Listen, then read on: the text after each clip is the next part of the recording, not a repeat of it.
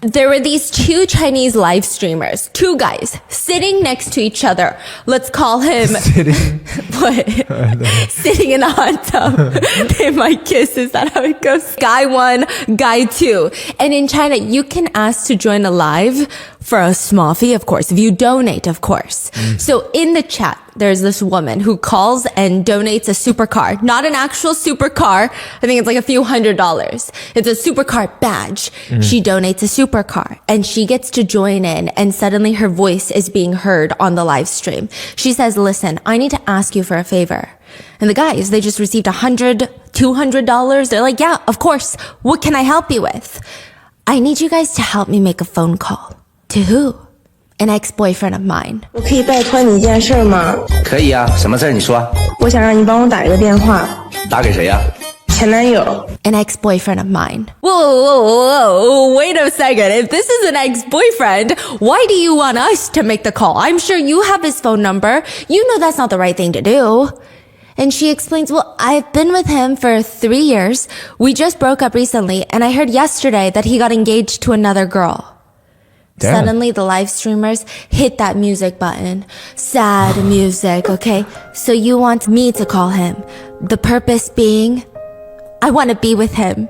But I'm just too shy. I'm just embarrassed to call him myself. The guys are freaking out, okay? The guys are looking at each other like this is about to blow up our live stream account. But they remain calm. Oh my God. And he's already engaged? Is this even okay? Are you just trying to find out if he still likes you? Yeah, I just want to know if he still likes me. Oh my goodness. Okay, I will risk my life to make this phone call for you. I will not let your supercar donation go to waste, ma'am. Okay, I'm gonna do this for you. And she explains to everybody she gifted me a supercar, so give me the phone number, private DM me. He doesn't have any other girlfriend with the same last name as you, right, Lou? Because that's how I'm gonna address you in this phone call. And she responds, I'm his only ex-girlfriend. Everyone's like, okay, game over. 他没有别的前女友姓刘了吧？我是他唯一的前女友。This is gonna be the most successful phone call. She sends him the phone number. Her phone number, by the way, ends with like 3 9s. And the live streamers make it a point to say you must have a lot of financial resources. Because I guess it's like you pay for it in China to get the same number in your phone number. You pick like a number. And yes. Then sometimes it's like car license plate. Yeah, and then you gotta pay for it. Yeah. So he calls the ex-boyfriend, Mr. C. Hello? It's on speakerphone, so the whole live stream is listening to this phone call. Hi, is this Mr. C? Who is this? I'm a live streamer. In my live chat, there's a girl that said that she's your ex-girlfriend, last name Liu, wants me to send a message to you. Do you want to listen? Sure. Your ex-girlfriend is Liu, right? Right?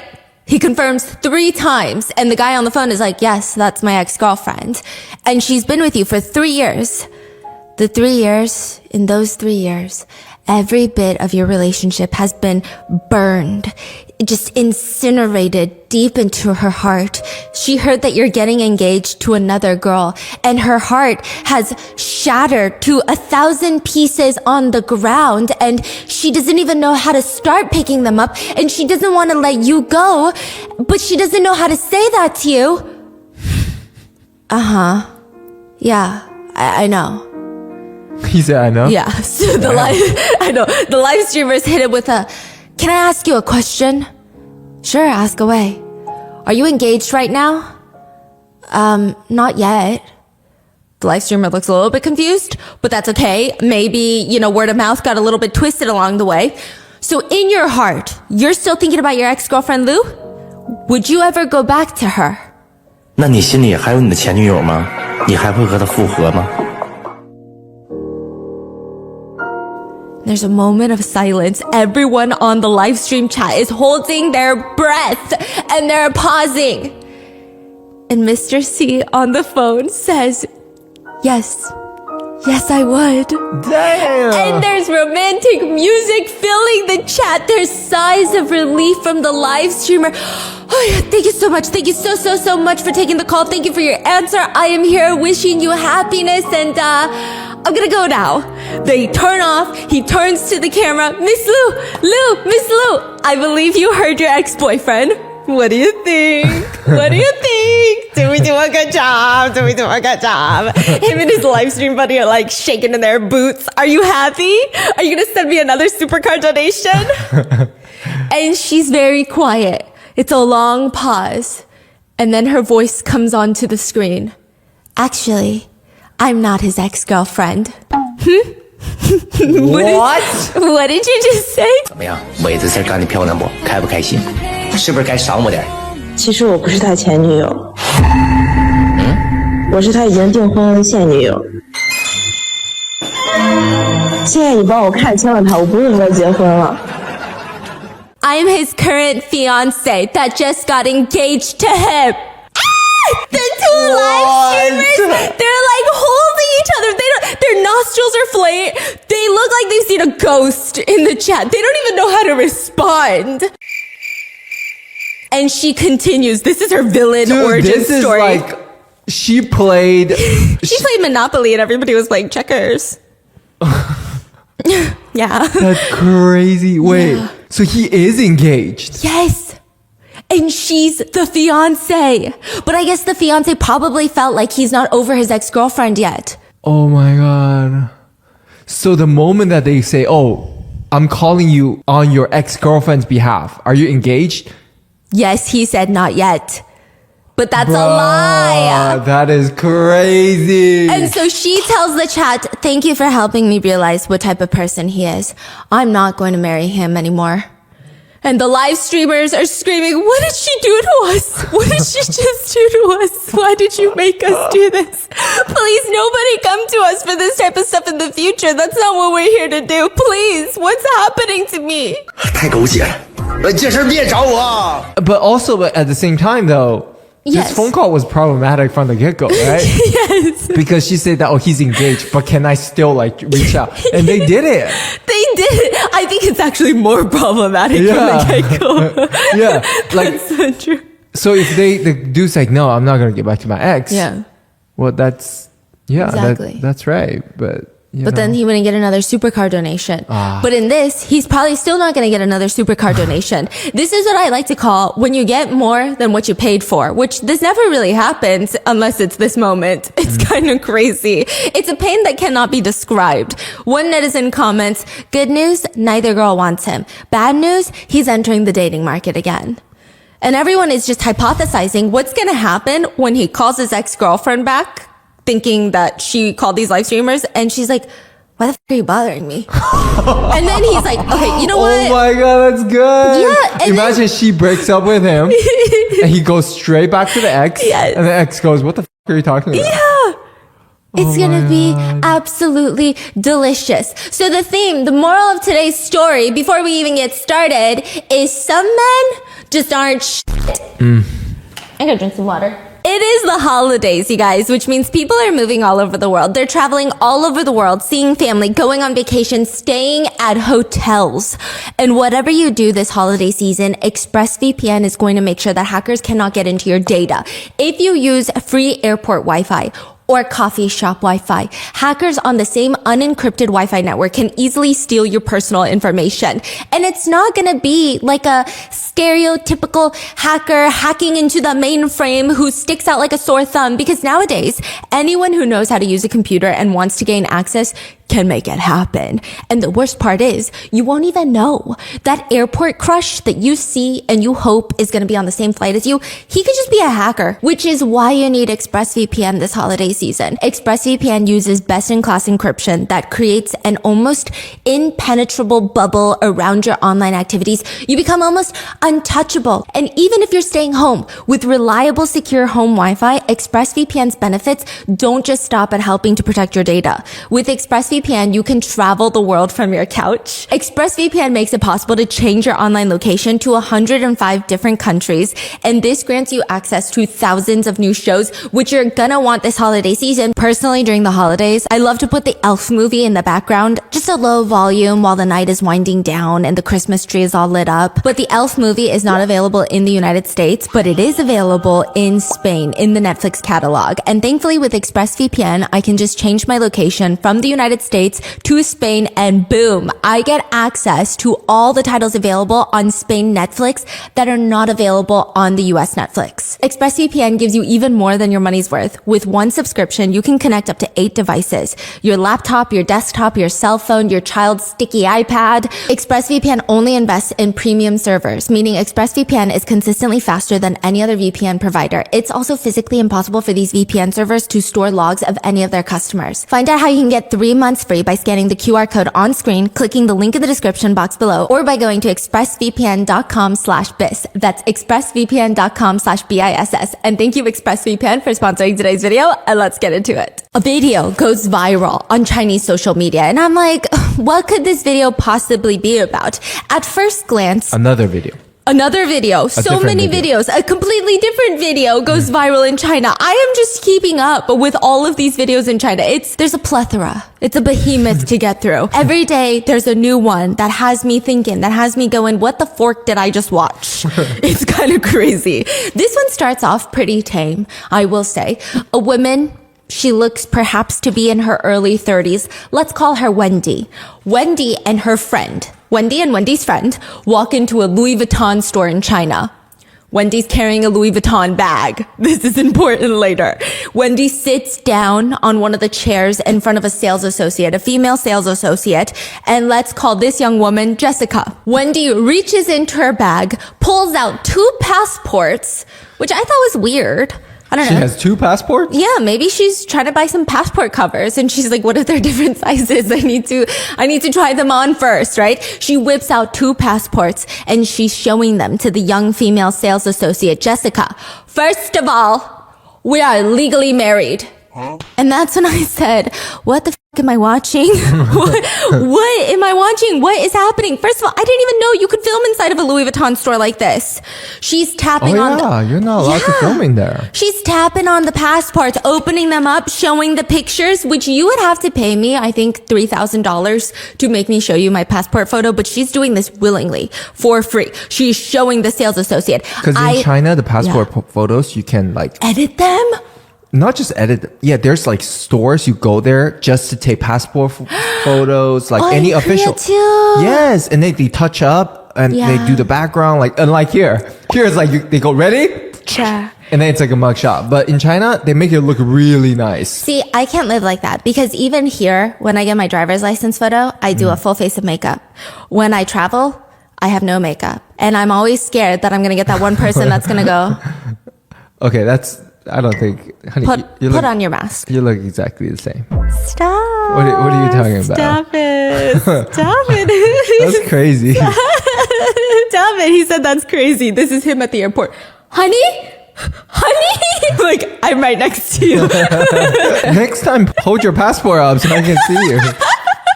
So she's holding up the photos. I told you, we are legally married. That's the first thing. The second thing is, I typed out all of your little chat records. You have to be responsible for yourself. The female sales associate, Jessica, she's got bright lipstick on. She's staring at her phone and telling Wendy, listen, I told you I can apologize, but I really did not meet up with him that many times. There really is no problem. So now I'm putting 2 and 2 together. Damn. Are you putting 2 and 2 together?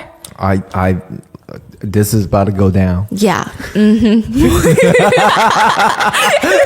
Neither of us have any clue what's going on. No, just kidding. So then she says, oh yeah, Jessica, if there really is no problem, then why do you call somebody daddy? Huh? Why do you call somebody daddy? 没有任何问题，那你好贱呢，没有任何问题就要管人叫爸爸，Now Jessica's coworkers, the other sales associates at Louis Vuitton, are whipping their head. They're getting whiplash. Their necks are about to break. Who did she call daddy? You booked a room without any problems and waited for him to show up. I didn't book the room in advance, okay? The room numbers are already there. You already booked the room. I saw the chat. If you have any problems, ma'am, we can talk outside. No, why should I talk about it outside? Eventually, they do go outside. The sales associate, Jessica, she walks out of the store. The manager walks over. I mean, pretty much every single employee of that Louis Vuitton is outside. I don't even think they're outside trying to diffuse the situation. Listen, I would be outside because this is the best thing that's ever happened at work. Like, you want to know what the fuck's going on. I'd be outside like, no, you're right. I'm keeping guard, making sure no customers are in distress. What did she just say? Yeah, that's what I would be doing, okay? And the woman, Wendy, the wife, is telling the manager, your staff here are so fantastic. You've got the best employees seducing other people's husbands and calling them daddy. Damn. 真的，你们员工蛮厉害的，勾引别人老公，知道吗？然后管人家叫爸爸。 They're in the video, okay? There is this woman. This is in an indoor mall. There's people walking around. There's this woman with a stroller, little baby, tiny baby. I don't know how old because I don't have a baby. And that's the thing that I realized with people who don't have babies. They have a hard time telling how old babies are. I think every baby is either 2 years old or 12 years old. This baby looks, I can't tell you. It's like 2 years old, maybe. I don't know. Is it in a stroller or what? Yeah, it's a stroller. So it's not like a baby stroller. It's like those little chair. Yeah, matter of fact, that baby looks like it could walk. So I don't know why it's in a stroller. I'm just kidding. Okay, so this mom is walking around with the stroller. She stops. Here's daddy. She does a 180 turn. And now she and her baby are facing the drama, and they're just in the background of most of the video. They're listening to this whole thing. So Wendy's friend is filming all of this, okay? Wendy, she's got a 5-finger grip around Jessica's collar. So why does Wendy brought their passport here? Side note, those are not their passports. They're like a marriage certificate, okay? So she brought those. And Wendy got her friend as backup. But her backup friend... Oh, yeah. So in China, when you get married, you get like a little passport-looking booklet to show that you're married. And then the photo is like 2 people in the red background. You've seen those? No. You haven't seen those? No. Come on. Okay, Yeah. Okay, I'll take one with you later. So it's like 2 people in the red background. That's the marriage certificate. It's like a passport. Why does it look like a passport? Are you getting visas into other countries? No, it's just make it official. Like that's the certificate. It looks like passport, but it's a wedding certificate. This is always what happens when someone brings up random things, okay? Now I'm like, where's our marriage certificate? And I'm like going through our document files. I'm like, wait, where did I put it? Oh my God, what happens if I lose? Anyway, the anxiousness needs to go away. So Wendy, her friend is filming, and Wendy got that 5-finger grip around Jessica's collar. Her Louis Vuitton uniform, all black outfit, looks pretty good, honestly, but she's gripping her collar so that Jessica cannot walk away. And the managers are trying to pry the fingers off of Jessica's collar, but she's not giving up. She's grabbing her by the throat, the esophagus. Jessica is telling Wendy to go take it out on your husband and not me. She's saying, this is his problem. You should go find him. She says, I'm divorcing him tomorrow, but you have problems too. I never really had anything to do with him, okay? Oh yeah? Is that so? Oh, there's nothing between us, okay? Why don't you get it? Then why would you send him these messages? He was messaging me first. Then what was he doing at your house? The whole time, Wendy is pretty aggressive. She's just gripping her, yelling at her. Some netizens feel like it's a little much, especially by this point in the video, because we don't truly know what's going on. I mean, we kind of do, but we don't know how serious it is. Did Jessica just casually hook up with a guy that she met at work, and here comes his wife that she didn't even know existed, gripping her by the throat? All the managers, all the coworkers are outside. They're trying to calm her down, and Wendy starts screaming at all of the mall pedestrians, screaming at them. This LV sales associate will f*** your husband. Oh, shit. That is crazy. Oh my God, I gotta go to the mall some more, because I would be so excited to see this happen. Would you stop? I would stop. Are you kidding? Really? I would stop. You wouldn't stop? No, I feel like, yeah, no. This is why guys can't tell you good stories. He comes home from a day of adventures. I'm like, what happened out there? He's like, I don't know. 2 weeks later, he casually is like, oh, you know that person? Yeah, you know that? Divorce, like 3 years, really messy. I'm like, why didn't you tell me the day that you figured it out? What do you mean? Nothing much. They didn't say anything crazy. And then 2 weeks later, it just comes out of your brain. Jessica, you gotta stop. You gotta stop and tell me what happened. Okay, I'll stop next thank time. you. Thank you so much. So Jessica keeps telling her, please go find your husband. Don't come to me about I'm sorry. this. You know, like every time, like on the highway, Yeah. if there's like a car on the side of the road, No, you didn't. all the guys are like, Let me see what happened there. Do you know what I'm talking about? Every dad is like, huh, I wonder what's going on with that car, with that truck.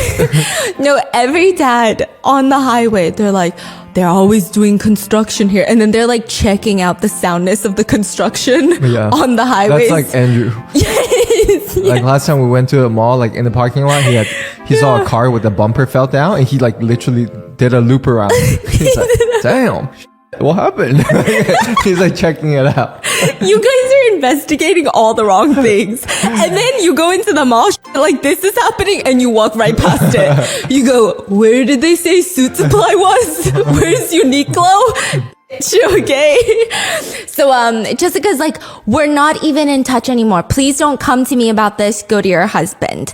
Wendy's not calming down. She starts screaming, you are so shameless, so shameless. I just want you to say that you are sorry. 他很硬气，他特别硬气，我就要听到他错了，对不起。我没有说吗？一开始啊，对不起，我没有说吗？一开始啊，为什么要这样？他讲了，他特别硬气，我觉得我一开始没有说吗？你说不好使啊。Jessica is practically begging and screaming at her. Didn't I say that already? You wrecked someone's entire family and you think just a casual sorry is enough? Wendy goes on to state that Jessica would even tell her husband, and she says, so you just go around telling everybody when your period is over? Oh, I gasped. 你还跟人家讲你大姨妈结没结束，怎么了？他问我的。问你就说呀，你好贱呐！ It came out of nowhere. She wasn't even amping it up. She was like, all you can say is sorry? By the way, why do you tell everyone about your menstrual cycle? Okay, that's crazy. And Jessica's response is, he was the one who asked me. And you just tell him, you are so cheap. And you call him daddy? Are you short of a father figure? He's literally eating pop chips right now listening to this. 好贱呐！那会儿人家叫爸爸，你缺爸爸吗？我不缺，我不缺。 And she's like, no, I'm not. You can say whatever you want, but I have your chat history. I have a full copy. She tells everybody walking by, again, I will email a copy to anybody that needs one. 我有聊天记录，一会儿我把打一份每一份聊天记录都发给你们。这个女的你知道吗？勾引我老公，管我老公渣男，我是会处理，你知道吗？ I'm so sorry, honey. This crazy. is when you give them my email address, okay? You give them my full email. You're saying if I'm in the mall, Yeah. she screams that. Yeah. I walk up, be like, okay, so. Yes. Okay, got it. This is the one time I think it is appropriate that you give a random woman your phone number. Does this happen in America a lot? Like these cheating, like caught on camera type of like videos on It's TikTok? never this bad. The worst one that I've seen so far, which, okay, Couch Guy wasn't even that bad compared to this. Because I've seen the ones in China where they do a sting operation. Oh, those are so common. They bust into the hotel rooms. Oh, that's the only way to catch cheating couples now. While the couple, Yes. the husband and the mistress are butt naked. Yes. And I will say physical violence does ensue. Yeah, it's like Yeah. viral on TikTok. It's like a whole I thought you were going to say it's violence. And then you said it's viral. But yes, it's viral violence. Yeah, violence viral. Yeah. Yeah. No, it's crazy. They're butt naked. Yeah. Yeah. Yeah, and it's like ongoing. It's like the moment they're caught, boom, instantly on the wing, it goes viral. Like everything's happening in real time. There's updates. Oh, it's crazy. And there was one that I saw where she finds the hotel that her husband and his mistress are going to. She brings all of her guy friends. She called up every single one of her guy friends, okay? They show up. She's knocking on the door. Her husband opens the door, realizes it's his wife, and tries to close the door again. Tries to close. Are you kidding? Yeah. What are you doing? They just like busted out. You're delaying the inevitable. They push through the door, and I saw some fists swinging. Just kidding? No, I didn't. I witnessed no such crime. But no, it was crazy. So I don't really see that in America. I've only seen the Ring camera one. Have you seen the Ring camera one? I think you showed me some, like the sneaking in one. Is that Where the one? where the guy made the girl crawl on all fours to not get caught on the Ring camera, but she got caught on the Ring camera. But also, that's like when you know that girl is not a girl's girl, because you can't even try to tell me that she didn't know that you have a partner. It's one thing if you're like, how was she caught if she was crawling again? Oh, she was crawling really tall. Oh, so it still was in frame. Yes, it was in frame the whole time. He's a bozo. On top of that, she was able to rewind like a day or two, and I think he was practicing crawling. So he practiced it first. I mean, I feel like with all the technology, it's like, How how do you cheat? It's impossible. Impossible. There's like a location. There's like cameras everywhere. There's how do you do that? And then there's gonna be the hey girl DM, hey guy DM. Like you're not gonna get away with cheating. Okay, Yeah. so please just end it and then go find happiness if you're not happy. But she tells everyone that she's gonna send them a copy of their chat logs if they want it. She'll email it. I'm telling you, I will be patiently waiting, refreshing my email, requesting access to that document. And she's screaming, did you know this woman seduced my husband and called him daddy? Don't worry, guys. She's telling them all people. Don't worry, guys. I'm handling my husband. I'm getting a divorce with that scumbag. But this mistress isn't going to get off easy either. Wendy tells Jessica, look, we're getting divorced tomorrow and you can come along. I'll bring you along and you guys can have each other afterwards because you really are a freaking slut. 那是因为确实没有什么。什么东西你知道吗？你以后都不要我了吗？他要你，明天我们俩去领证，就是我把你带着。 I just told you, if it bothers you, then we'll stop talking. Now, a little more context, okay? Wendy later goes on to do another live stream where she explains how all of this happened, why she ends up rolling up to the Louis Vuitton store, which, side note, people are putting two and two together. This woman, the sales associate, met this man at the Louis Vuitton store. Wendy is carrying a Louis Vuitton bag. So He was buying a bag for the wife. So he probably bought a bag for the wife, earning Jessica commission. And to thank him for the commission, she boinked him, I guess. Yeah. So Wendy says, you know, her husband came home super drunk one day, could barely get out of the taxi car. He's laying around just moaning about, and his phone is just going off, buzz, buzz, buzz, buzz, buzz, bing, okay? And she opens it up. She doesn't normally do it because she's like, I trust my husband, but she opens it up because who could possibly be needing his attention at 3 a.m. so desperately that they're nonstop texting, just serial texting him. And it is Jessica from the Louis Vuitton store. So she goes through all their messages, copies it, downloads it, and now she's got it printed out PDF style, bitch. And she's asking Jessica what her husband was doing at her house. What did he go to your house for? What? To do what at your house? What do you want me to do about it? Be with him tomorrow when we get a divorce. No, I don't want to be with him. Why not? You already asked him to be responsible for you later. Oh yeah, apparently in the text messages, she was like, you gotta take care of me. You're responsible for me now. She starts reading off the messages that Jessica, the Louis Vuitton sales associate, sent the husband. I thought you didn't want me anymore, or you have other little girls. The husband responds, Daddy only has you now. What about in the future? How am I going to get married? I'm going to die alone. I won't be able to get married again. Then what are you to me? He says, I am your daddy. Jessica responds then, hello, daddy.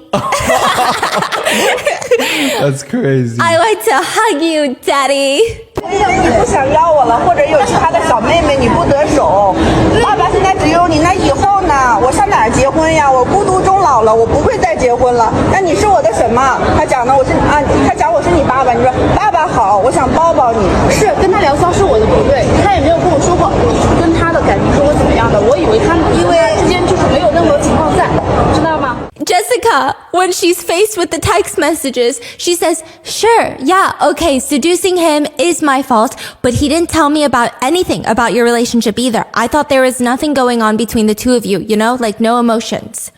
So you thought that there were no emotions between me and my husband? Oh, you are such a good liar. You said to him, she's reading off the PDF, did you do something wrong and now you can't go out again? The husband responds, I've been going out drinking every day. And then you said, did she find out about us? He said no, and you said, that's good. And you're telling me that you didn't know that he had a wife? Yes, I did know he had a wife, but he said he was gonna divorce you. 要离婚了是吧？好，我不知道，好，我确实不知道。 So then what does Wendy do in this moment? she whips out her cellular device. She whips it out and she calls her husband. Damn. And she's like, did you tell her that we're getting a divorce? And he said, no. 我就问你，你是跟他讲我们已经离婚了，还是要离婚了？这样子没有是吗？他撒谎对吗？ He says no. I don't know who to believe. I don't believe either of them, okay? He said no, I don't believe it. I think it's a lie. But Jessica grabs the phone from her, and this is what she said that had Chinese netizens freaking the fork out. With Jessica? Yeah, the sales associate grabs the Wendy's wife's phone to talk to the husband. What? Okay, now how do you know if somebody is cheating? Like, how do you know when two people have a connection that is intimate? Like, what do you think Jessica says to the husband? If it's not that serious, it is exactly as Jessica says, it was not that serious, what would she say to the husband? Stop lying. You would say, stop lying, or you would say like, blah, blah, blah, your wife is here, she's causing a bit of a commotion, could you please come down? You know, it's like, we just started talking, this is not what I signed up for, I didn't even know that this was happening, like, please, what's going on? But instead, she said, hey, fucking roll over here right now and deal with your problem. 是不是？这是你自己说的，是不是？他讲了，你勾引他是吗？贾家伟，你要过来你就过来，你不要来搞我，好吧？ Chinese netizens are commenting, that already tells me that something is going on between the two of them that is a lot deeper than she claims. Because you don't talk like that to somebody that you've maybe seen a few times. Oh, like she's really like aggressive about it. Oh, yeah. Now, normally, I mean, you just wouldn't expect that, right? Which, side note, later there will be text messages that circulate that are allegedly between Jessica and the husband, where Jessica says things like, I miss you, daddy. And he starts calling her little girl. And Jessica says, daddy misses little girl? We can see each other in the afternoon. And then she says, then what do you want to eat? I'll cook for you. And later she gets so upset that he's not responding and accuses him of spending time with his wife. She texts him, you don't need to call anymore. And when you're busy, there's no need to reply to my messages either. It's fine. Just keep spoiling her. If you're capable, can't you just not go home and just video call her? Lately, you've been making her happy, haven't you? Whenever you give your family attention, I'm left with cold water from the tap. That's the craziest thing to say. You know what that reminds me of? There was a TikTok. I don't know what compelled this woman to think that people were going to sympathize with her. And she said, the holidays as an affair partner are extra tough because... Oh, that is wild. Yes, because she said she's trying to be festive, but you know he's with his family, enjoying family time all the This time. is not satire? This is not fake? No, she's so for real. And she was like, he promised he would leave them before the holidays, but it's another year where he doesn't keep his promises. And you know he's going to be spending time with his family. Oh my God, what's the comment? Everyone is like, girl, what? Do you need like an MRI? Do you need like a CT scan? Something is not working up there. The folds of your brain are smooth. Yeah, people were upset. But interestingly enough, a lot of wives on Chinese internet forums have been coming forward to say that this happens all the time. All the time. What do you mean? The sales lady with their husband? Yes. Okay, so a lot of women started coming forward to discuss this. There are, I guess, a few handful of sales associates, and I used to be a sales associate, so I'm not even dogging on retail, okay? They will go after married men. It's so strange. I don't know. Okay, anyway, one guy was sharing his chat history with a car sales associate. I guess he had bought a BMW or something, and he had dropped off food for the sales team. I don't know why. Wait, hold on. This is a different story. Yeah, these are like people sharing their stories because of this Louis Vuitton video. Oh. So people are like, oh, let me fucking tell you, okay? And he says to the sales associate, to the female car dealer, oh, this was made by my girlfriend. Thank you. The sales associate sends him like a pouty meme. Pouting. Wait. A person who sells cars, right? Yeah, so she sold him a car. He brings food to the sales team as like a thank you. And then she's like thanking him for the food. And he's like, oh yeah, my girlfriend made it. And then he's like, no, thank you guys. And she sends a pouty meme, a little cat pouting. Okay? To the husband's phone. Yeah. And the husband texts back, what? And she says she doesn't know how to cook. I think cooking is an art form. I love to cook. Ha ha ha ha. I was born to be busy. Brother, do you have time tomorrow night? I'll cook a few dishes and then you can come over and taste them. Braised pork Wait, I'm is my... so sorry. I thought he dropped off food that's cooked by the wife. Yeah, but I guess now she's saying it's not good cooking. Oh. So she's like, oh, poor brother. Does she not know how to cook? I think cooking is an art form. I love to cook. Crazy. Yeah. I need to know what kind of car she's selling. Yeah, like I don't think it was that expensive to be breaking homes, okay? That's crazy. She says, I was born to be busy. Ha ha ha. Brother, do you have time tomorrow night? I'll cook a few dishes and you can come over and taste them. Braised pork is my specialty. I promise it will be delicious. Listen, here's the thing, okay? This is just like a girly tip. Never try to get with a man based off your cooking. Because now you just sold him on this thing and he's going to expect cooking. Here's what you do. You say, I fucking hate to cook. I'm so bad at cooking. I think cooking is the bane of my existence. And then once in a while you whip out a dish and he thinks you're a goddess. Okay, but if you're like, I belong in the kitchen, you're not gonna have a good time. Okay, that's so weird. Another girl shared, whenever a sales associate asks my husband for contact information, he always gives them my WeChat instead of his. One time, an SA sales associate texted me asking me to come in for like car maintenance, thinking I was my husband. And her words were full of concern and warmth. And I ended up saying, didn't your big brother tell you that this is his wife's WeChat? That's crazy. Yeah, so apparently it kind of happens. And a lot of wives were saying that they were trying to play the Hermes game and they got gamed. What? Yeah, some netizens were saying they went in there to play the Hermes game, to play the game of retail, and then their SA slept with their husband. What the fuck? Because a lot of these wives were saying you would think that going shopping is a safe place. It's not even to the bar. Your husband's not going to the bar. Your husband is with you, sitting on the fucking boyfriend couch, and then bada bing, bada boom. And now you got 25 designer bags and a divorce attorney. Do you remember the story I told you about? Like, I have a friend who used to work at Tom Ford. Oh, wait, what happened? Oh, it's just the same thing, like just crazy cheating stories. It wasn't like with the salesperson, but Tom Ford is just ridiculous price. Like everything is like I don't know. You buy a shirt, it's like $10,000. You buy a pants, it's like $8,000. It doesn't even make sense. So there's this guy who's like very, very wealthy, probably a public figure, like a celebrity or something, like very famous person. Like he will come in here, he will buy everything in like pairs and multiple, the same, like one for the wife, one for the mistress. And then I think there's one time that he came in with the mistress, and then the salespeople don't say anything, right? They don't say anything to the wife. And then apparently the wife is walking in as well. So they let the guy and the mistress hide in the back room. They were like coming, he's like, can I, cause he's a VIP there. So he's like, can I just please? Oh my God. They just let him hit in the back, and they kind of... They let him hit it in the back? Yeah. No, I think they sneaked out from the back or something.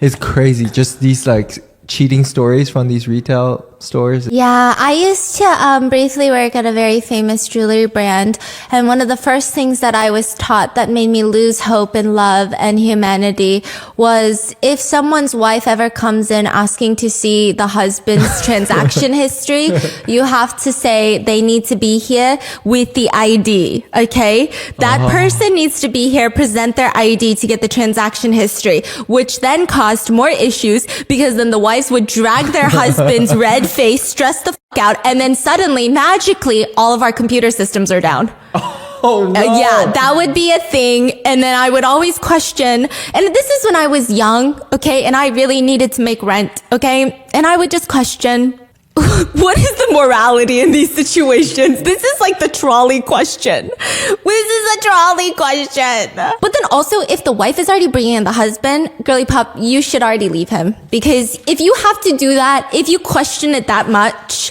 the relationship is already over.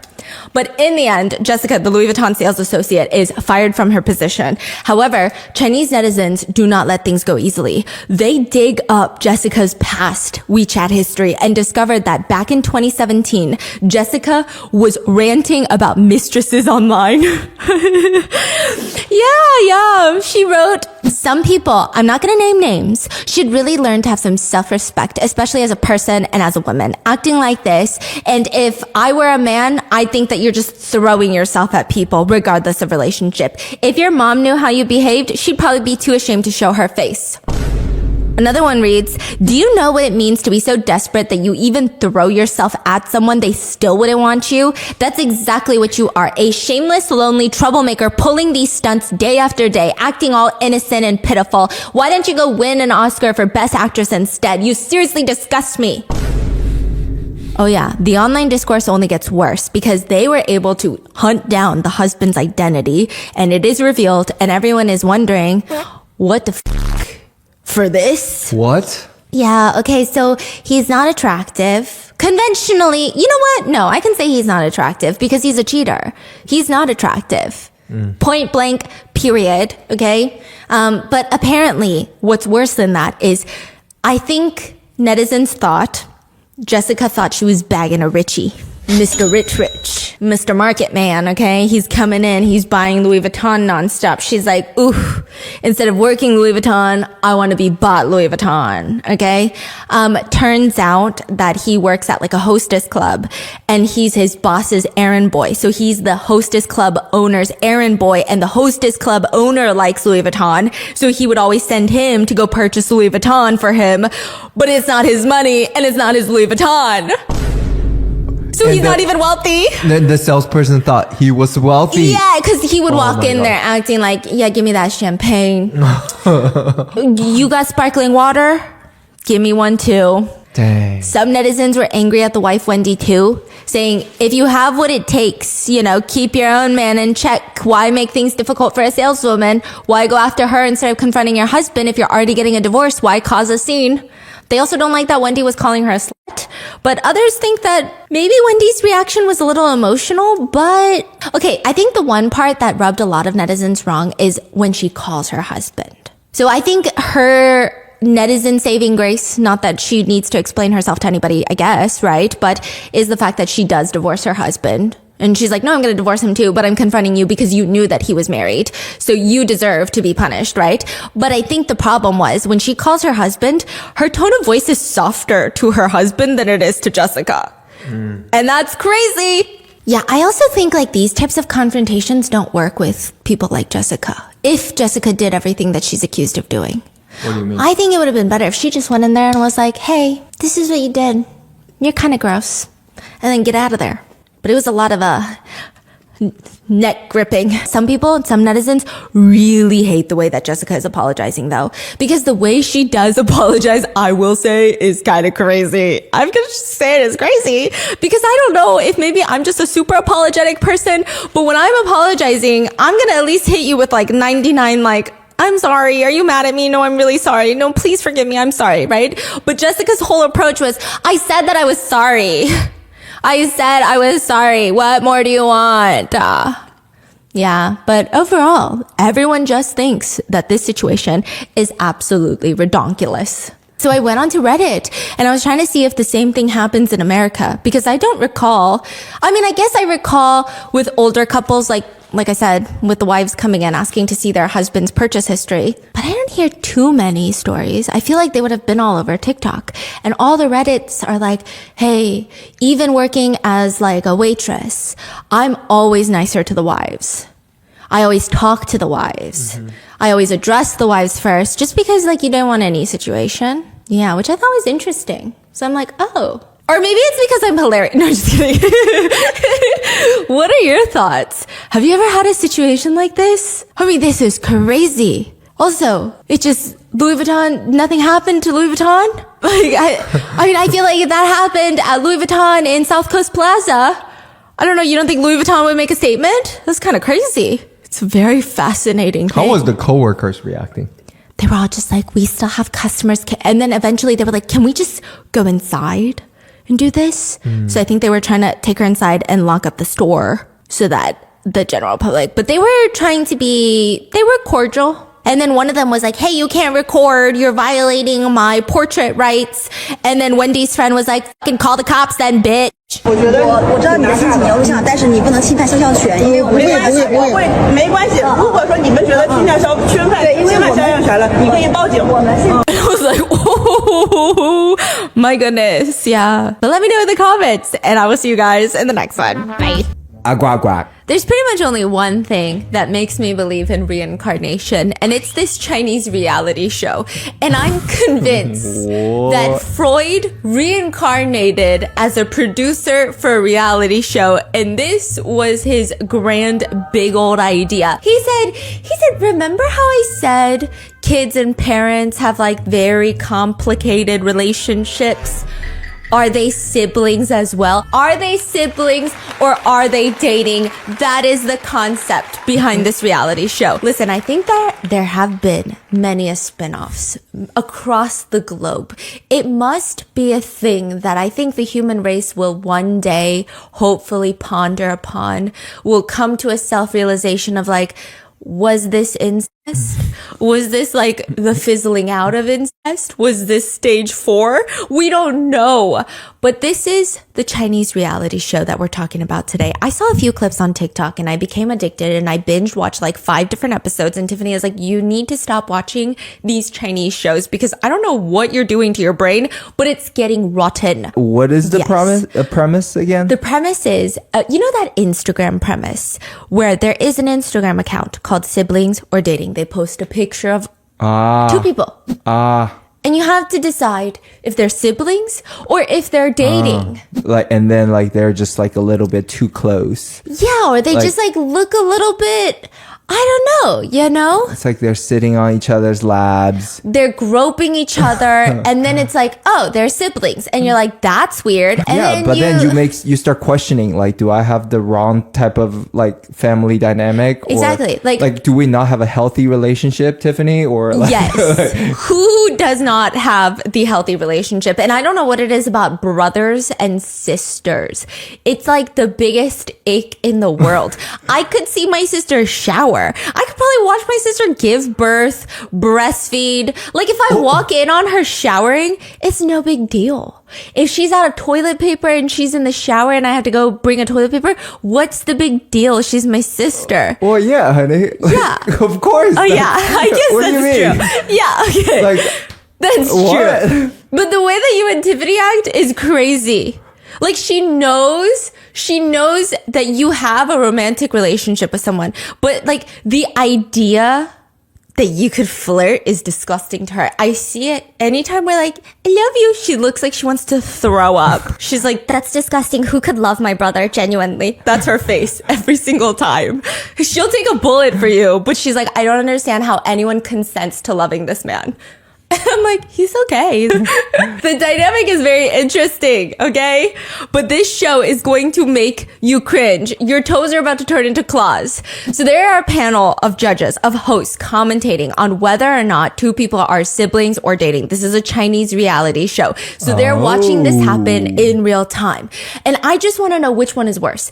If a judge says you guys are siblings, but you end up dating, but they think you're siblings, is that weird?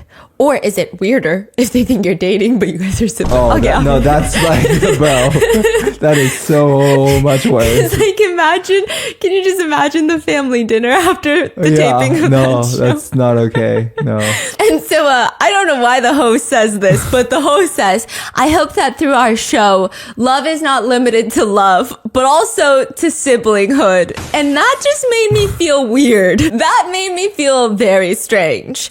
Now, the premise is, in the middle of Beijing, there's this standalone house with a giant yard. They put money into this show. And the first guy walks into the mansion. His name is Tang Tang. So what exactly is going to happen? Okay, so all of these, everyone is in a sibling pair. I think girl and guy sibling pair. So far, this is just episode 1. No spoilers, okay? So they bringing a bunch of siblings into one house, and they're not allowed to say who's siblings, and they just all kind of flirt and start going on dates. Okay, but like clearly siblings are not gonna flirt and go on dates, right? Yes, but like it's weird because you watch their interactions and you're like, I think they could be siblings, but why are they kind of flirting? Oh, So it's very confusing. This okay. whole thing is like bringing us back to the days where you're guessing. Are they siblings or flirting? yeah. Okay. I don't know why humans keep teeter-tottering on this very dangerous line. You know what I mean? It's kind of a weird thing that we do. But he's walking in, Tong Tong, Soup. Soup. Soup. Is that not his name? Oh yeah. Yeah. Tong Tong. Yeah. Soup. He's walking in wearing the Korean I oppa know a fit. Tong Tong You know a Tong Tong? in my elementary school. You know a Soup? His name is Tong Tong, and then he got lost at a field trip. This is so crazy. He Lauren. gone. He was gone. You think this is him? Oh You think was he tall? no, he's gone. What? You're lying. I'm just kidding. Okay. We found him, but like he Okay. was gone for half a day. Like we were like Tong Tong, everyone look for Tong Tong, and then we're all like just running around Tong Tong. That's crazy. Yeah, like he's forever known as the missing child. That's so. Yeah. I don't know if I can laugh at that. Yeah, like it was like like news for the school. Like every bus was delayed because Tong Tong was missing. But do you think this could be Tong Tong? I don't know. Okay, well, let me describe Tong Tong. He's Okay. walking in Korean oppa fit. Oh, Did no. you know? No, Oh, okay, no, sorry. no, not the same Tong Tong. China opened their doors. They said, hey, Korean citizens, you guys can actually visit us whenever you fucking want. So a bunch of Koreans started going to Shanghai, and all the Chinese people on Xianghoshu, little red book, I don't know if you guys forgot about that. That was a blip in the radar. They start posting, here's how to know when they're Korean. And it's always the same outfit. All black, long gray or black coat, hair swished to the side, usually an all black fit with sneakers. Are you open-minded? Are you open-minded? Are you open-minded? I like foreign girls because you're open-minded. Oh, That's a Hongdae oppa. Hongdae oppa. Yeah, you go to Hongdae, it's like a part of Korea, and it's all about partying, and you're gonna see a lot of wannabe Korean oppas that are like, are you open-minded? AKA, can I hang you from my ceiling and do despicable things to you and then never call you back? Do you live alone?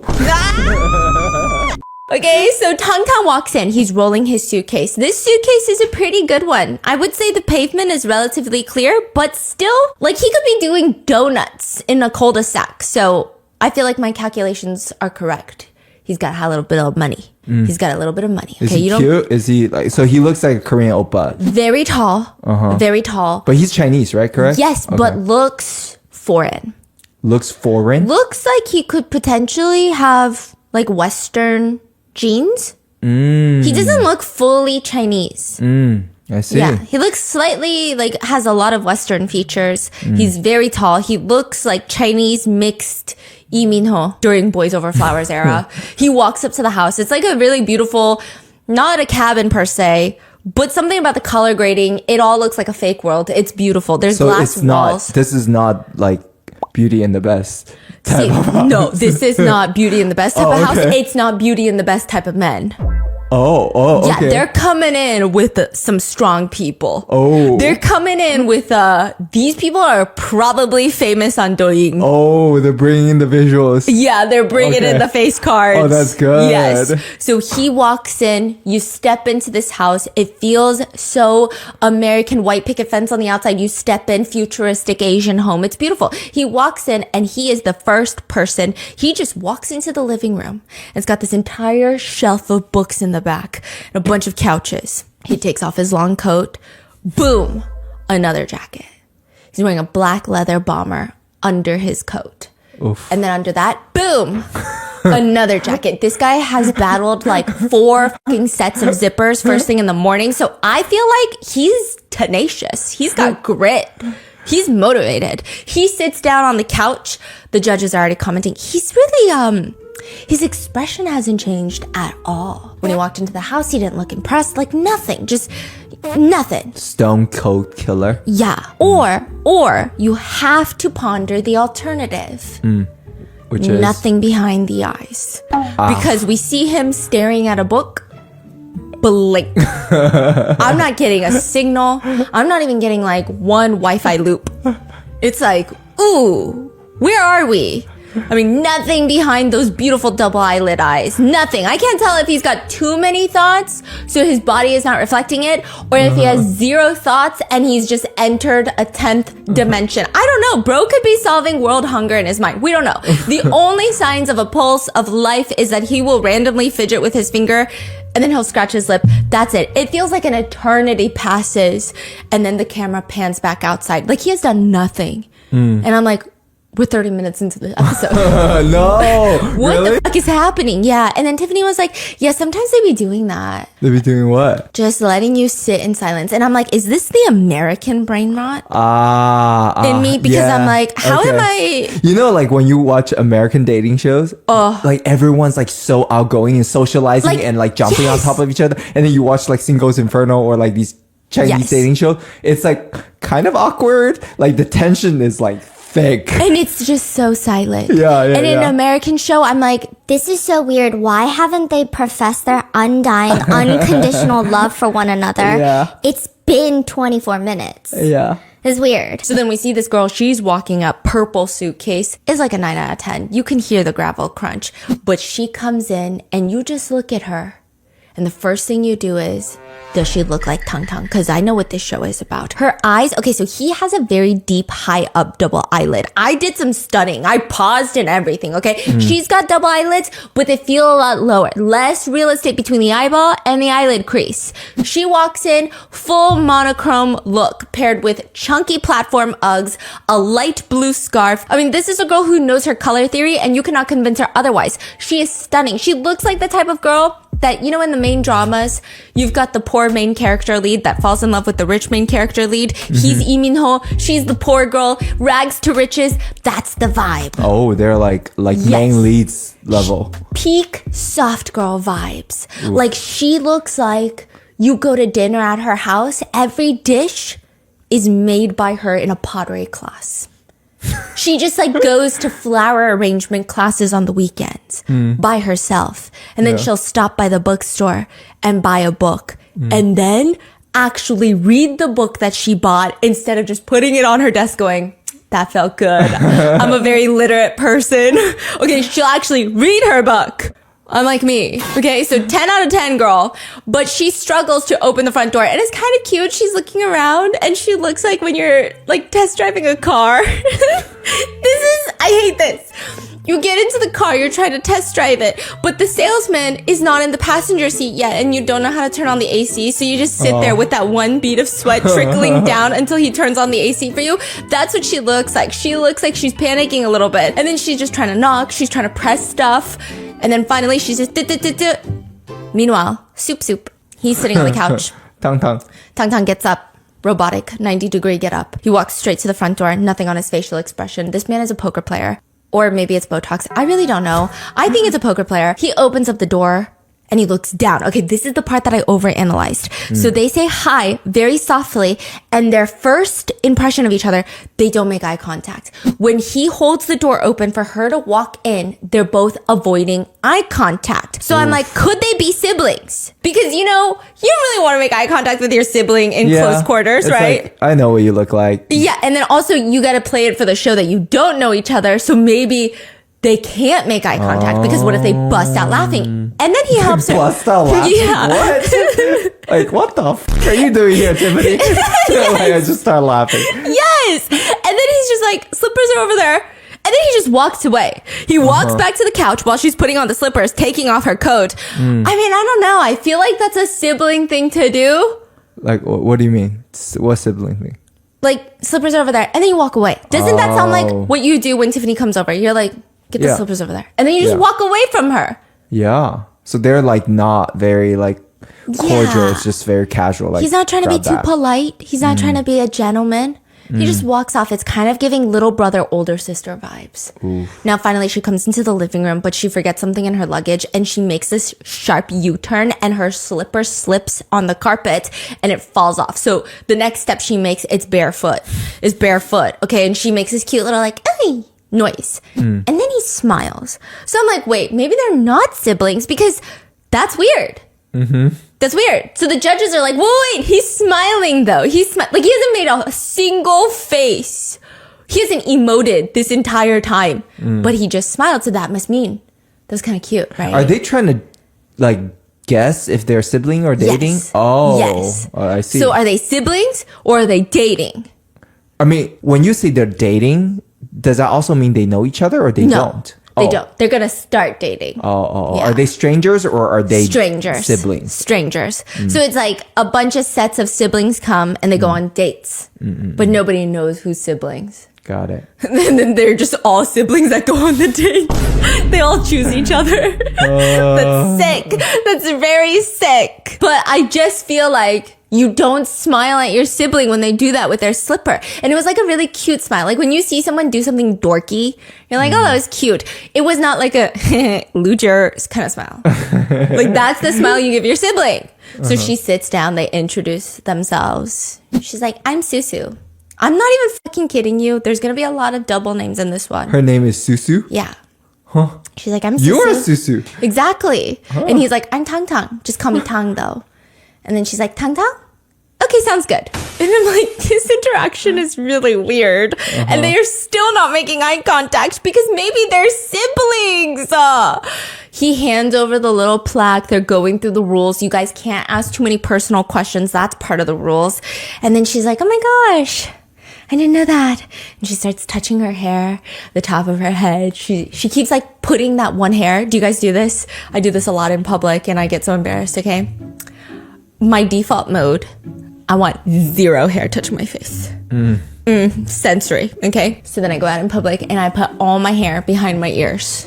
And then I recall all my trauma where everyone in my life said, you've got a big ass head. It's like a giant boiled egg. And then I unhook it from my ears and cover my face again. And then I do that rapidly in succession about 20 times every time I'm outside. So she keeps putting her hair behind one ear and then she's like, no, actually that's my good side. And then she pulls it out and then she does the other one and she's like, what the fuck am I doing? I gotta be cute. And then she's touching the front of her, then the back, and then she's putting her hair in the front and then she's moving it back.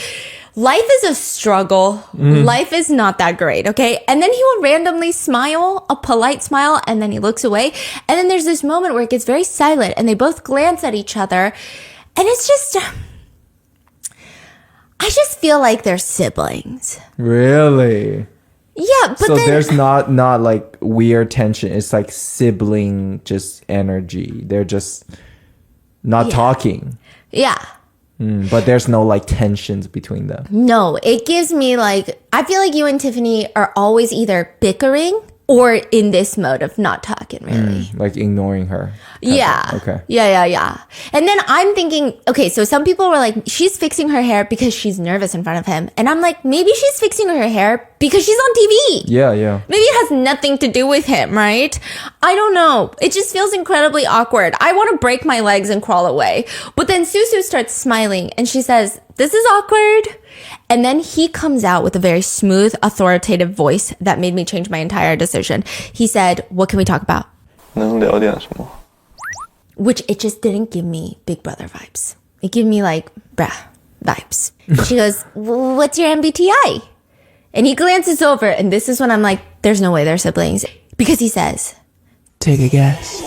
I'm like, if you... I'm going to throw up. Okay? There's no way they're siblings. I changed my mind. Take a guess is flirtatious. That's basically asking, how tall do you think I am? What's the correct answer to that? If someone asks you what their height is, do you A, you be genuine in your guess. You show off your ability to guesstimate the length and spatial occupancy of objects. Or B, do you add 2 inches because you're scared for your physical safety and you need to inflate someone's ego? Or C, do you maliciously subtract 2 inches just because there's too much ego and some needs to be returned to the bank? Like, which one do you do?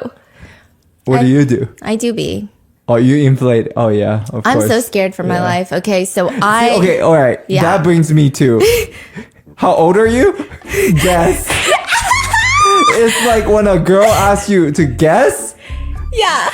Here we go. No, but you know what's crazy? Yeah. I feel like It's such a Korean ajumma thing because no one in our lives really asks, how do you think I am? Guess. Except like a solid 60-year-old Korean ajumma that my mom hangs out with. And then everyone at the table goes silent. And then my husband's got to be like, 29? And then they're like, stop it! No, I don't do 29. I do better. Like, I'm always like, you gotta be realistic, right? Like 29 is like crazy. Like what the heck? Yeah. Like, do they look exactly the same age as us? Like, come on. So what do you do? I mean, I usually subtract like a good 15 years. 15 is fucking crazy. 15 is crazy. I mean, chances are we already know how old they are, you know? Yeah. So. See, I don't find it fun to ask people to take a guess how old I am unless they're actual toddlers. Because you ask a toddler, hey, how old do you think I am? And one day Sophie's like, 101. The other day she's like, I think you're 7. And I'm like, I am 7. You're right. So he's like, take a guess. Basically, what color do you think my sheets are? That's very flirtatious. She looks over, both of her hands are in her lap. And now I feel like they're not siblings. Okay. See, I think posture is something. Like what subconsciously tells you they're siblings. Because here's my thing. If I'm comfortable with someone, something about it just slowly happens. One knee comes up. I be sitting at a table, my knee is up, and I have to force it back down. Consciously. It just pops up, okay? No knee. She's got her hands in her lap, her posture is straight. You're an I? No. Your knee? Oh. He says, well, let me guess about you. You're an INTP? No. How many guesses do I get? 2. He clearly doesn't get it right because that's so random. There's 16 of them, but she's an ISFP, which I'm an ISFP. Oh, really? Oh, yeah. Charming, sensitive to others, kind and encouraging, imaginative, passionate. Weaknesses? None. Fucking none. No, I'm just kidding.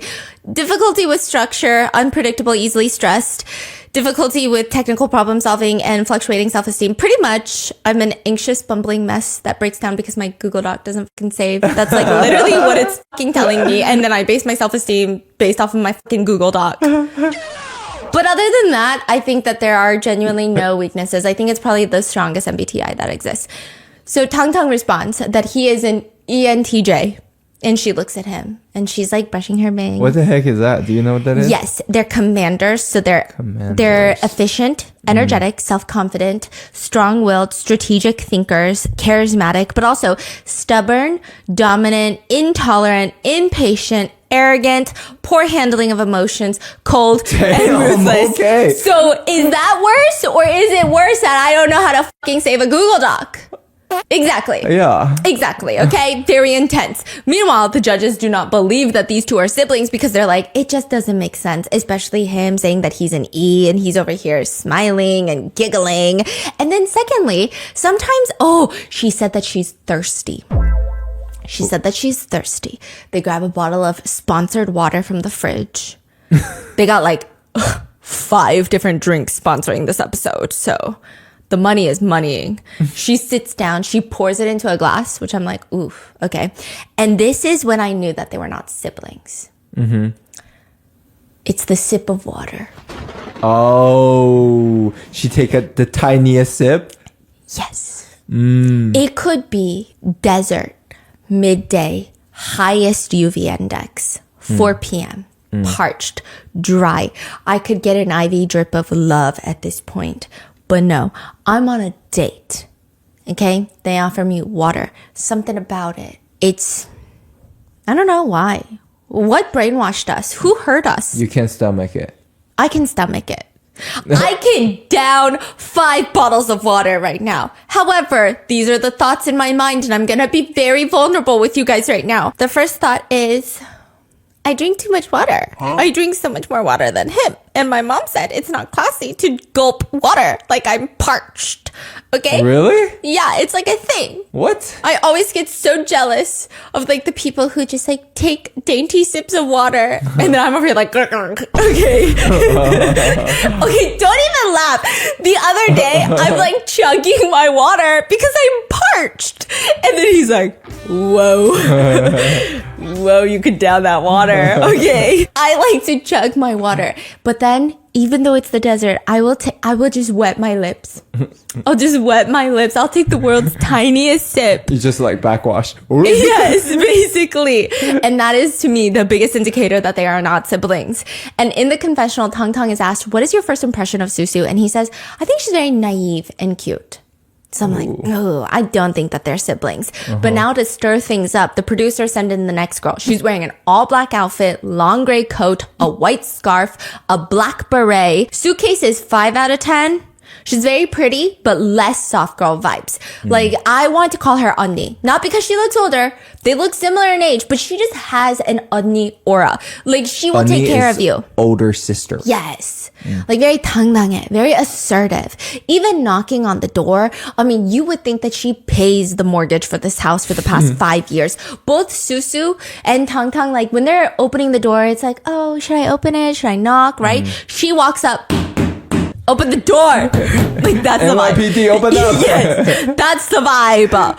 So they both come and open the door. She says, thank you. She grabs a pair of slippers from like the bookcase that's, I don't know, maybe chest height. Okay, she grabs a pair of slippers and then just drops them down. She doesn't bend over. She just drops them down. Oh, that's crazy. Slips her feet in. And I'm like, okay, I like her. I like her a lot. And he takes her suitcase, which he did not do with Soo Soo. So it's kind of giving, hey, my little brother is my little bitch. Oh. So I'm like, wait, now are they siblings? Are they siblings? So he starts rolling the suitcase into the house. They're already comfortable with each other as a vibe. Meanwhile, Soo Soo looks incredibly awkward and she doesn't know what to do with her limbs.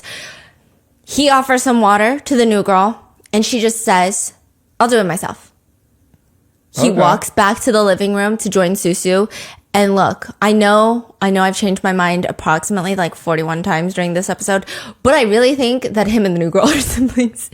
It's like the face that he's giving when he's walking back to the living room is like, I'm getting it myself. Like, it feels like he wants to do that.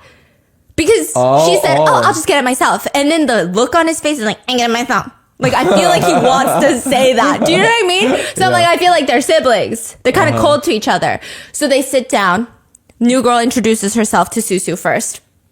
Asks Tang Tang for his name. He says, Tang Tang. She says, oh, which soup? And they both laugh. But it's like not the same shy, like, I'm so nervous kind of laugh. It's like, haha, loser. That's the laugh. Yeah, and it's like if you don't shut the fuck up and sit down, ma, like that's the laugh, okay? So the judges think that maybe she's the older sister, he's the younger brother. That's the vibe. We still don't know her name yet, but she says she's an ENFP, which is a campaigner, curious, easygoing, enthusiastic, good-natured, positive, excellent communicators, but also very disorganized, overly optimistic, unfocused, and people pleasers. So that's great. MBTIs are incredibly valuable because like, they don't really talk during the show. Like, they just be sending frequency waves through the air to each other. So you're just like coming up your own story about Bro, them. I just know the audio editors were struggling to find soundtracks. That's why you're saying they kept the whole silence part. Yes. Because there's nothing else coming. Yes. Okay. So she also states that if you're an I, you're just toys for ease. She Who says said this? the new girl. She says if you're an I, you exist to be played with by ease. If you're introvert, your only reason of existence is to be used as a toys for extroverts. Yeah. That is crazy. I feel so targeted. Like, wow. So we don't know her name yet. And the next man walks in. Hometown Harry. That's his name. He's very different from Tang Tang. He's wearing a short puffer jacket. He's carrying a duffel bag. He doesn't even have a rolling suitcase. When you say hometown Harry, what does that even mean? Let me explain Hometown Harry. But you just got to get the vibe first, okay? So that it makes sense. So he walks in, no suitcase. Oof. Duffel bag. This is the type of man that fucking moisturizes his face with beef tallow. I don't know. I feel like his idea of skincare is deodorant.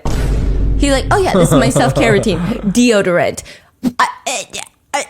Like he's like looks like rough, like a little. He doesn't look rough. It's just a different vibe. Like Tang Tang, I know he's whipping out a skincare bag. I know he's setting out his little bottles at night. And then he's like, wait, which one is the first one again? And then he just like has a little thing. Yeah. Hometown Harry? Is he hairy? No. Okay. Yes. All right. So the other two girls, you know, they had to knock for Tang Tang to open the door, but he tries to wedge his fingers into the door and like pry the door open. The handle's not working. He's basically attempting to trespass on camera. And then he just randomly gives up, plops down on the front steps of the house. And he just looks somber. He looks like he's just been kicked out of the house with nothing but his black duffel bag, and he's pondering where to go next. And the judges are so confused, and they're laughing at him because it's like he didn't even knock. Oh. He just like tried to open the door didn't open, and now he's just like, what is happening? And then out of nowhere, he gets up and just starts. Okay, so it's very confusing. And now everybody brings him in, you know, you get the slippers. And I'm going to explain. Let me paint the picture. When he walks in, the first thing everyone guesses about him is he's from northeastern China. And I looked at Tiffany and I said, what the hell does that mean? Okay. So first of all, northeastern Chinese people have a very distinct accent. It's like southern people have an accent, right? So they have an accent. And on top of that, northeastern men typically in the dating world are known to be very gentlemanly. So they say in different parts of China, because China's so vast and like there's so many different like subcultures within the whole country, they say certain areas like you're gonna have like stronger assertive women, or certain areas like, you know, mom's in charge, or certain areas like dad's in charge and there's no way around it. Like obviously there's exceptions and personalities, but a lot of them have like this vibe that everyone is like supposed to fit into. It's like the order of society. Northeastern men are known to be very gentlemanly. They're known for treating women very well. Like they're the type to make sure their wives get their calf massages every night. They're very efficient. They know how to build a bookshelf. That's the vibe. He sits down next to Tang Tang, northern man. And the picture that these two give me, okay? Hometown Harry is the childhood best friend. You work at the grocery store.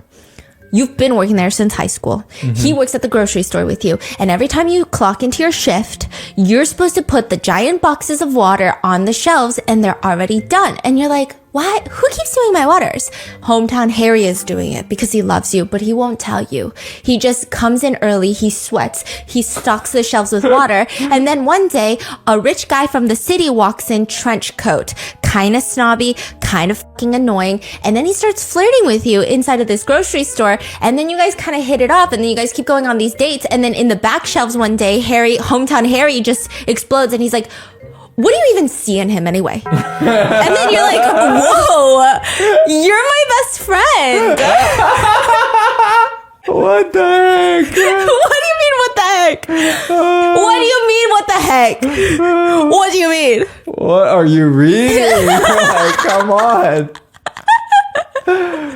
It's so crazy because we do this thing. Sometimes I'll be reading in bed and then he's like, what are you reading? I'm going to read the Chinese version. So like if I'm reading sci-fi, sometimes I'll read like the Chinese version of that book. If it's like nonfiction, sometimes he's reading the Chinese version.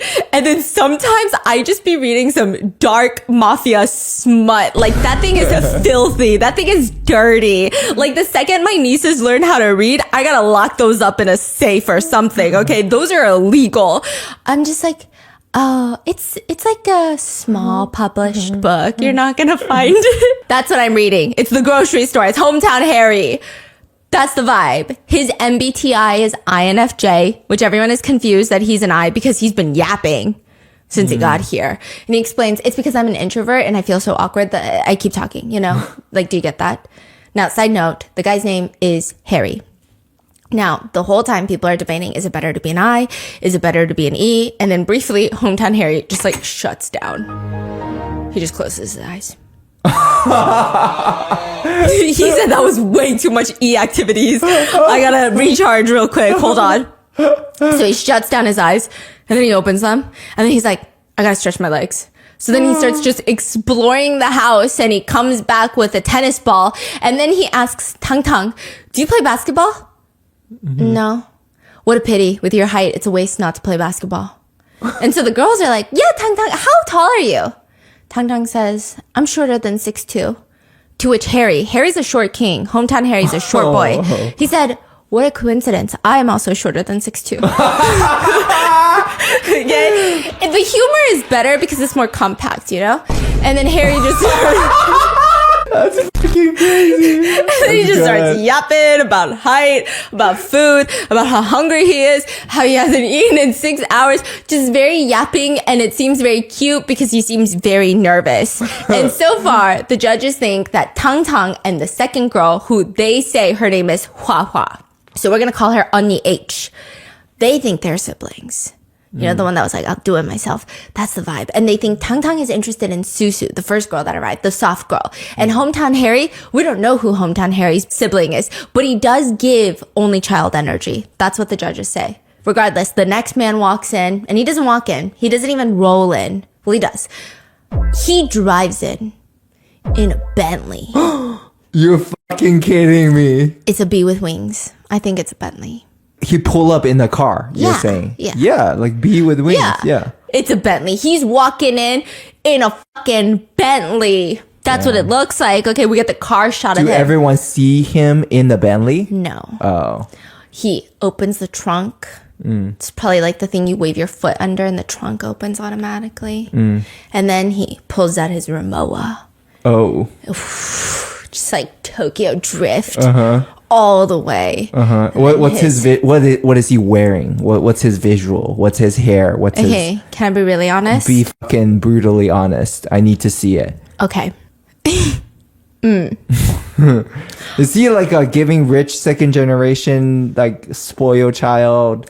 Hongdae, okay. oppa, like what is it? Basically, his parents make good money. They own liquor shops. Oh. And he spends a lot of time at the karaoke. Oh my goodness. But he's rich. But it's God. not giving international student rich. It's giving like A little cheap. Yeah, we call it like 暴发户. Like clearly you made some money and you want to show it. yeah. You're not like very settled. No. Not even old money, not like with some taste and some personality. If old money whispers, new money talks, this man is screaming from the hilltops. I'm rich. Yeah. Yeah. Okay. He's got a nice flashy watch. I don't know what watch it is, but here's the thing with watches. This is my only thing. This is my only tidbit I can give out. If you ever see a guy and it looks like he's wearing a fucking baseball on his wrist, run the other way. I mean, it could be a Richard Mille or it could be like But when it's a baseball on the wrist, like so big, so overpowering, yes, it could be a Richard Mille, but the amount of emotional damage that man will probably do to you, that's true. Still run the other way. Yeah. It doesn't matter if it's an expensive watch or not an expensive watch. Run! We gotta run! I'll run with you! That's the only thing I've learned in life. He's got a leather jacket, white shirt. I'm pretty sure he's got a chain on. He probably spends a lot of time at nighttime establishments. And I think there's nothing wrong with that. It's just a different lifestyle. So they all sit down on the couches and Onni H asks him what they should call him. And I actually like him. The new guy says, Fatty. Fatty? Yeah. To which everybody seems shocked. They're like, did we just hear that right? But Onni H is like, Fatty? Fatty? You want me to call you Fatty? And then he says yes. And she's like, okay, Fatty. Yeah. And then she's like, how'd you get that name? And he says, maybe I'm fat. And she responds, no. And their energies, I don't know. The judges are really confused. Now it's like, is Onni H and Fatty siblings, or are they flirting? Because they both have very direct personalities. Yeah. It seems like both of them don't take anything too seriously. They seem like a fun time. So I like all of them, right? It's not Beauty and the Best. You're not going to hate anybody. I think. Okay. At least not in this episode. Okay, so they briefly call him Fatty. They get to know each other. And then Soo Soo brings up the fact that she first asked Tang Tang about where he's from, and then he couldn't answer. And then it's just like a lot is going on. There's a lot. So now we have 6 people. Yes. Okay. And we still have no idea exactly who's sibling yet. Likely there are siblings in this room. Yes. Okay. So then the next girl walks in. And remember how I was really confused about, okay, I thought Tang Tang was siblings with Soo Soo because they had this energy that was slightly awkward. Then I was like, no, Tang Tang is definitely siblings with Onni H because I'm doing my thumb, that whole thing. Yep. Yeah. So all those rumors put to rest, bury them in a grave. The woman that walks in looks like Tang Tang with hair, like long hair. I don't know how else. I've never paused a screen and went, what the fuck? She looks like his twin. Stunning. Both of them are stunning, but identical twins. Identical twins. You're gonna fucking die. You're gonna die when you see the picture. She comes in, brown coat, red headband. I don't even need to see anybody else's reactions. The door opens. They all sit back down on the living room couch. And guess what? Everyone's thinking what I'm thinking because you know what they're fucking doing? You know what? Every single person in the room cannot argue. You know, if they had debates about how strong DNA is, out the window. All they're doing right now is it's a tennis match. Left, right, left, right. All they want to know, the only question on their minds is, who's older? They're not even. It's crazy. They could be twins, or they could be twins. They don't know. Yeah, right? But they do look like identical.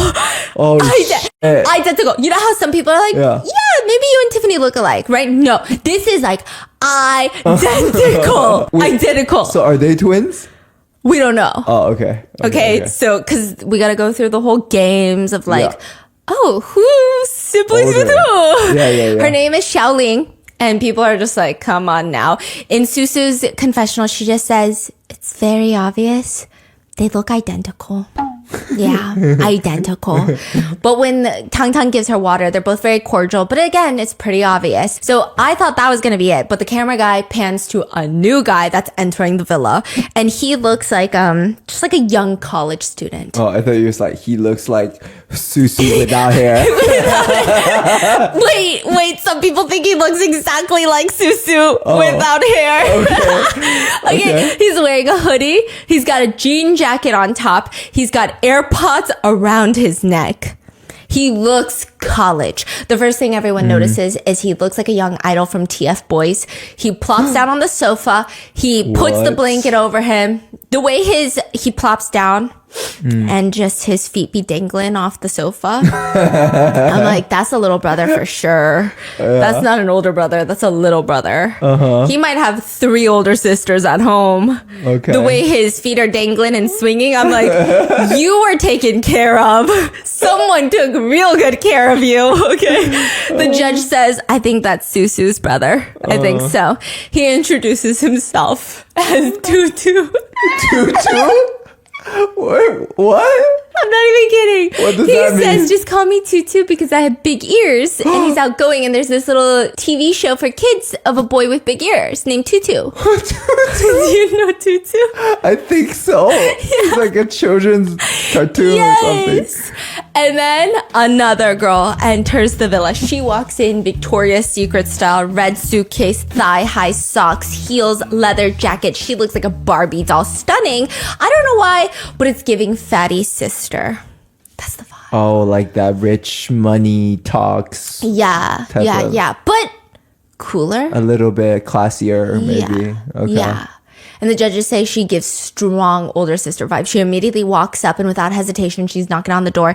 Instantly, when the door opens, she asks for help with her suitcase. Oof, I love that. I learned something from that. I don't know what it is. Like all the other girls were like, and then the guys would help them. She's just like, can someone help me with my suitcase? And I'm like, I gotta learn to do that. Damn. Yeah. And I was like, that's so good. That's like that seems like, right? Well, why is that good, right? That makes it feel like it's just confident. Yeah, it seems more confident to ask for help. Yes. That's so interesting. Yeah. But then I'm always like, I don't want to be a burden. I'll just do it myself and break my ankle, which I did. Not from a suitcase, from actual like real life stuff, guys. I almost broke my ankle from exercising in a not real sport. I was trying to learn pickleball, and whoever says it's not a real sport, I think that they should probably reflect on their superiority complex because I almost died. So that's really painful to hear.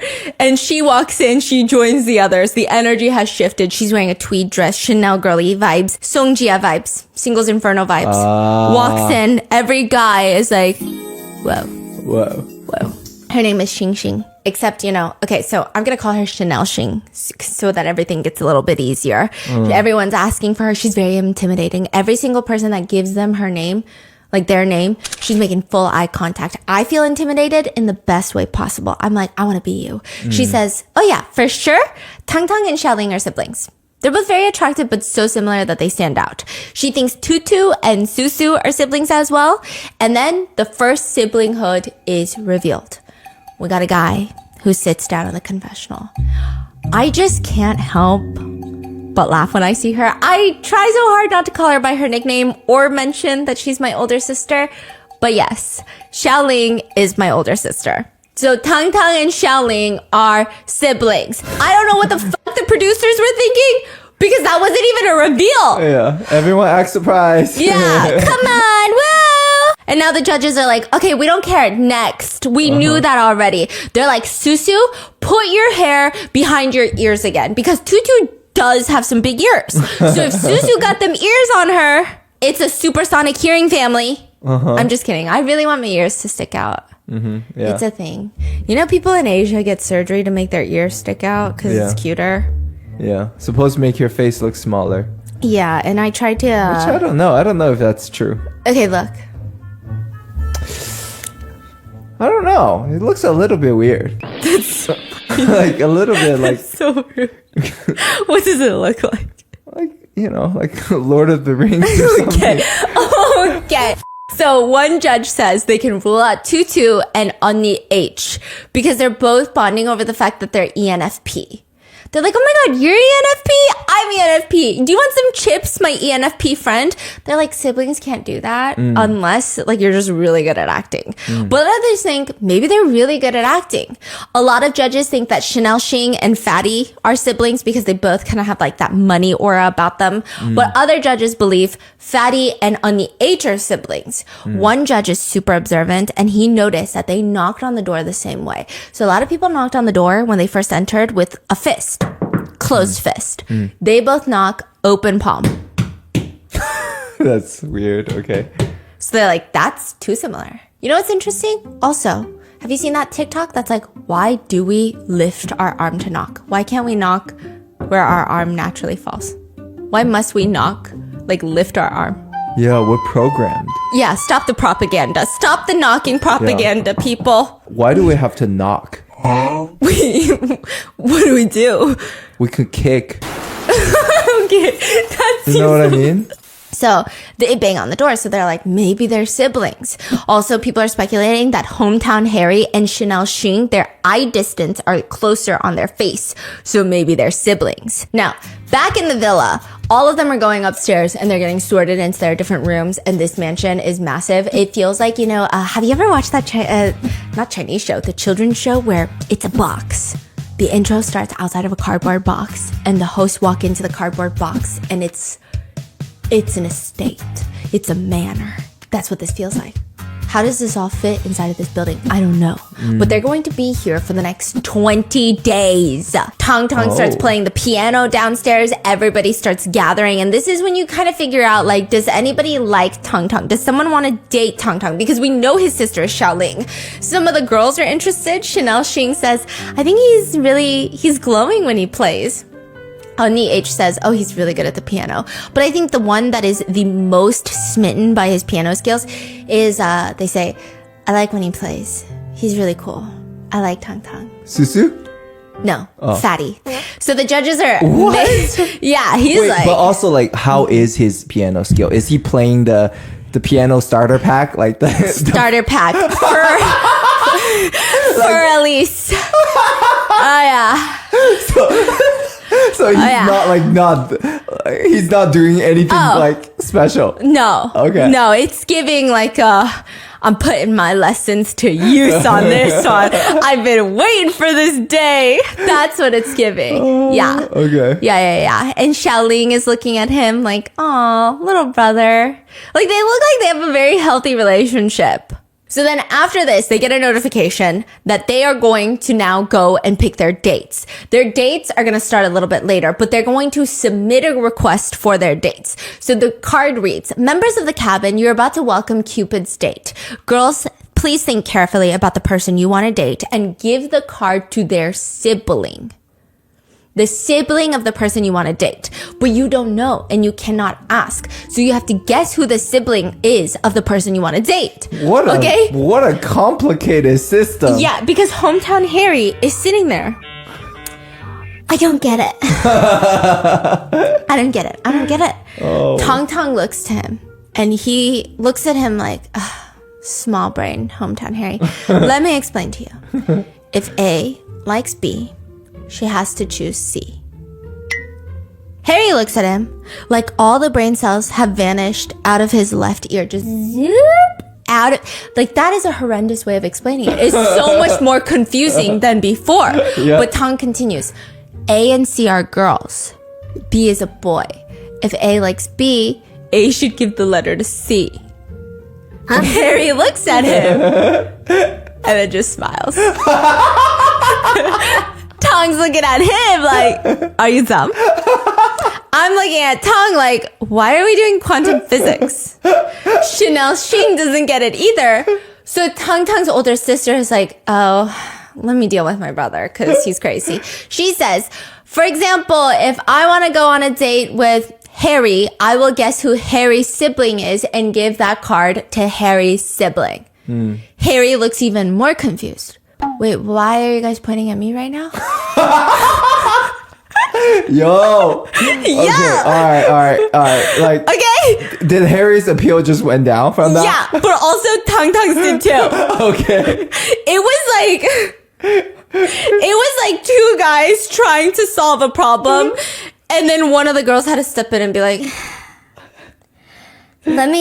I feel very merciful right now. I feel sympathy right now, so I will help. Meanwhile, Tong tells the confessional that he believes his sister will like Tutu, big-eared Tutu, because she likes clean, soft boys.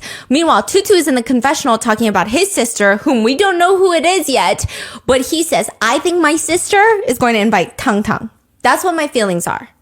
Fatty says, I think my sister is interested in Harry. Like, I don't know if I'm right, but maybe she might be interested in Tutu. So it seems like Tong is the most famous one, and all of them give their cards, but we have no idea who they've given it to and if they've chosen the right sibling. We don't even know what happens if you give it to someone who's not actually the sibling of the person you want to go on a date with. Like, do you just show up and it's not the person you wanted to go on a date with because they send the real sibling?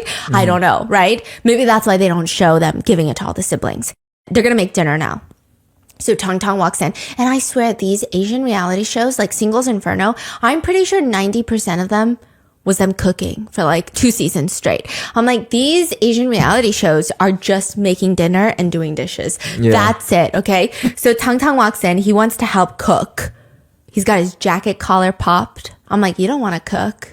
Roll up them sleeves. You don't want to cook. You don't come cooking like that. Harry, hometown Harry, is cooking, and then Tong just watches, and then he goes back to the living room. You know, because I think knowledge is something that needs to be consumed in bite-sized pieces. He can learn to cook another day. He just sits back down on the living room couch.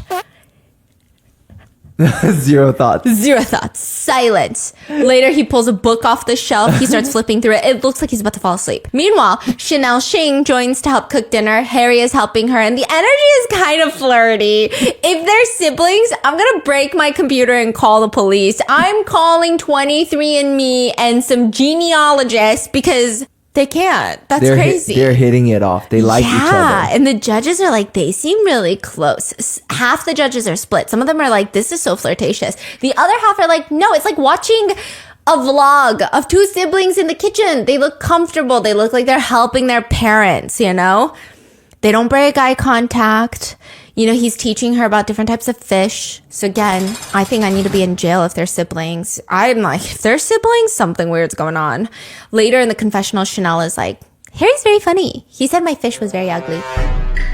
The fish that she picked for dinner, you disgusting, okay? She says, the way he taught me to cook the fish just was very abstract.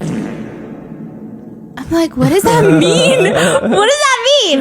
Meanwhile, Fatty is like, how much rice should I cook? So he walks over to Onni H. She's also very strong. She's preparing the rice pot. And there's this brief, awkward tension. He says, should we wash the rice first? I don't know if it's her personality. I don't know if they're siblings. She goes, yes, of course we need to wash the rice first.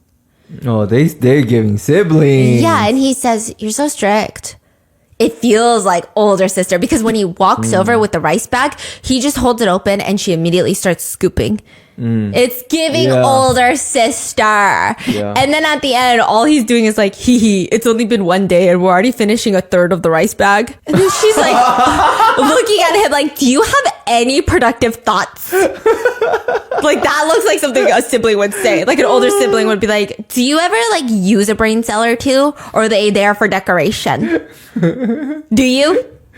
I don't know. I feel like my sister says that to me, okay? But right before dinner, the doorbell rings. They rush to the door. It's food delivery, vegetables, rice. The note reads, our parents prepared this meal from our hometown. Let's have our first dinner. So all the food is displayed. Every sibling's parents created a meal from their hometown. Now, this is the tricky part. They have to eat the meal and act like it's not their food. Because China's very diverse, you know? So there's a lot of different types of food. Oh my gosh. But at one point, someone does kind of give it up because Tutu is opening a container and Fatty walks over because Tutu's trying to put it in a pot to heat it up. And then he's like, oh, that's not stew. That's a dish. So it's like, You know what that is. Yeah, so then everyone is like, okay, if a girl is talking about that food, they're probably siblings. So they have to be very careful. Wow, that is clever. Yeah, they have to be very careful. And there's no labels on it. So they'll sit around and be like, wait, what kind of meat is this? And everyone is like... Yeah, nobody should know anything about these dishes. Yeah, so they're all trying to be like, I think it's this. I think it's beef. I think it's a lamb. Yeah, I think it's... I've had this before when I was traveling. It's that. Now, meanwhile, Harry is watching Onni H cut the vegetables. He's telling her to be careful. Don't cut her hands, your nails. Be slow. Meanwhile, Fatty and Tang Tang continue to peel garlic. Susu walks over and she's like, let me do it. Come on, brother. And everyone got really confused by that. It was just like a really confusing moment. I will say, by far, the most useless member so far is Tang Tang. He's just standing there in his leather jacket. And at the end, they move all the plates to the table. And Hua Hua, Onni H, and Harry are the best at cooking. So they all sit down, and this is their very first meal together. And now... that's it. That's where they leave you it was like an hour and a half long. And the next episode, we're going to find out if they pick the partner that they're going on the dates with. But this is just the first introduction to the 20-day. You're going to leave it here? Yeah. Oh, shit. That was crazy. Because the next is just the dates. But then if I go to the dates, then like it's a lot. And Yeah. What are your thoughts? Do you guys want to know who goes on a date with people? Hell yeah. You do? This is good. Do you like the show? I love it so far. Really? Yeah. I need to see their face. Oh, I gotta show you Tang Tang and then I gotta... I'm gonna die. Oh yeah, I'm invested. Okay, let me know in the comments who you guys think are siblings. And if you guys want a part 2 to this, let me know. And I'll see you guys in the next one. Bye.